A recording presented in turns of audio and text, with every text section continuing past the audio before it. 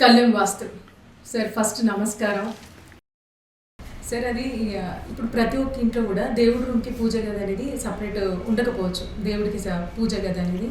So అలాంటి వాళ్ళు ఏం చేస్తారంటే వాళ్ళకి వీలైనట్టు అయితే లివింగ్ రూమ్లో పెట్టుకుంటారు, లేదా కిచెన్లో ఒక సైడ్ పెట్టుకుంటారు. కిచెన్లో అంటే దేవుడికి ఒక సపరేట్గా వాళ్ళు ఏర్పాటు చేసుకున్న తర్వాత ఎవరో ఒక పర్సన్ వచ్చి, అయ్యో మీరు నాన్ వెజ్ వండుకున్నప్పుడు దేవుడికి స్మెల్ వెళ్తుంది, మీరు అట్లెట్లా పెట్టుకుంటారని ఒకరు అంటారు. లివింగ్ రూమ్లో పెట్టుకుంటే ఎవరెవరో వచ్చి కూర్చుంటారు, లివింగ్ రూమ్లో ఎందుకు దేవుడిని పెట్టుకున్నారు అంటారు.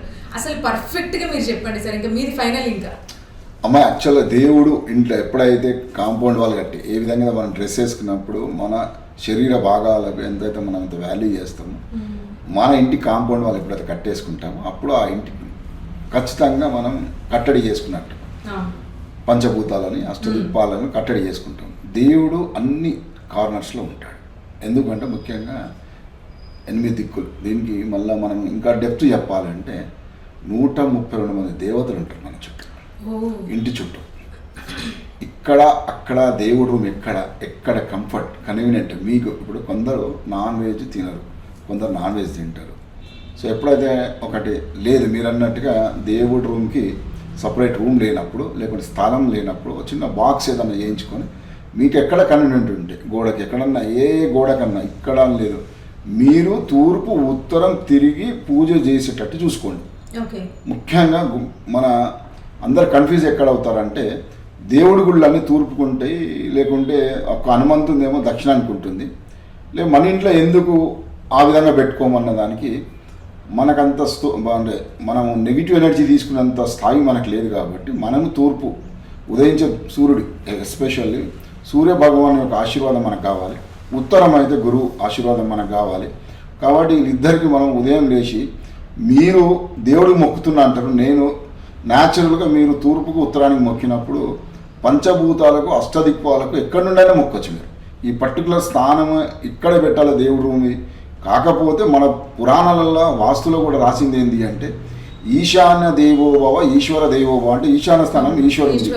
అట్లనే అన్ని దిక్కులలో ఉంటారు. కాబట్టి మీరు పెట్టాల్సిన పనులు ఎప్పుడైతే కాంపౌండ్ వాళ్ళు ఇల్లుని కట్టేసినామో అప్పుడు ఈశ్వరుడు వచ్చిండు, అప్పుడు ఈశ్వరుడు వచ్చేస్తాం మన ఇంట్లో.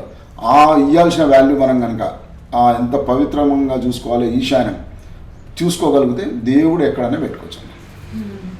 కాబట్టి మనం ఇంకోటి చెప్తాం, మనమే చెప్తుంటాం ఈశాన్యంలో డోరే పెట్టకూడదు. ఎందుకు పెట్టకూడదు అన్నది మనం ఈశాన్యంలో డోర్ కూడా పెడతా ఉంటాం. మనం ఈశాన్యంలో డోర్ పెట్టొద్దు అని నేను చెప్తాను.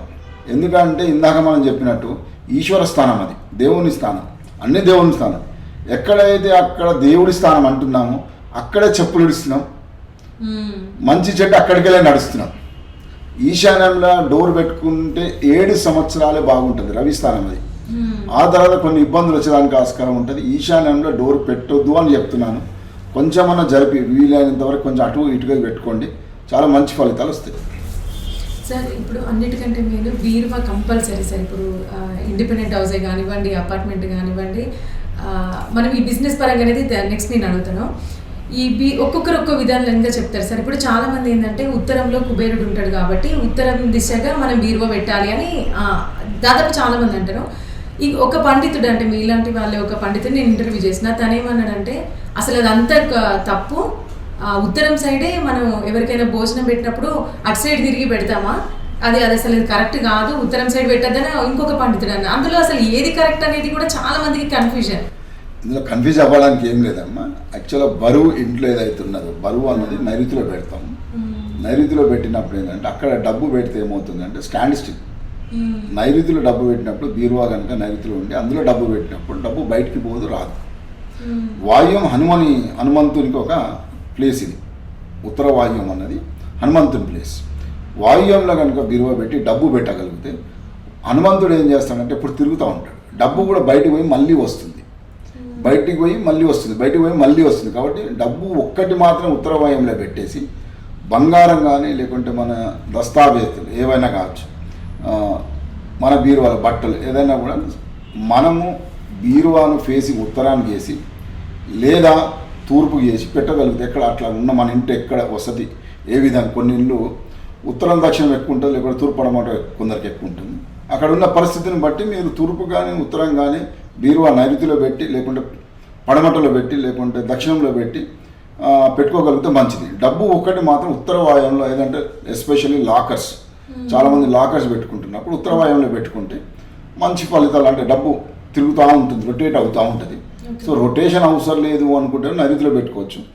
ఇది వాళ్ళు ఎస్పెషల్ వ్యాపారంలో ఉన్న వాళ్ళు వాయువ్యంలో కనుక ఒక లాకర్ పెట్టుకోగలిగితే మంచి లాభాలు వస్తాయి.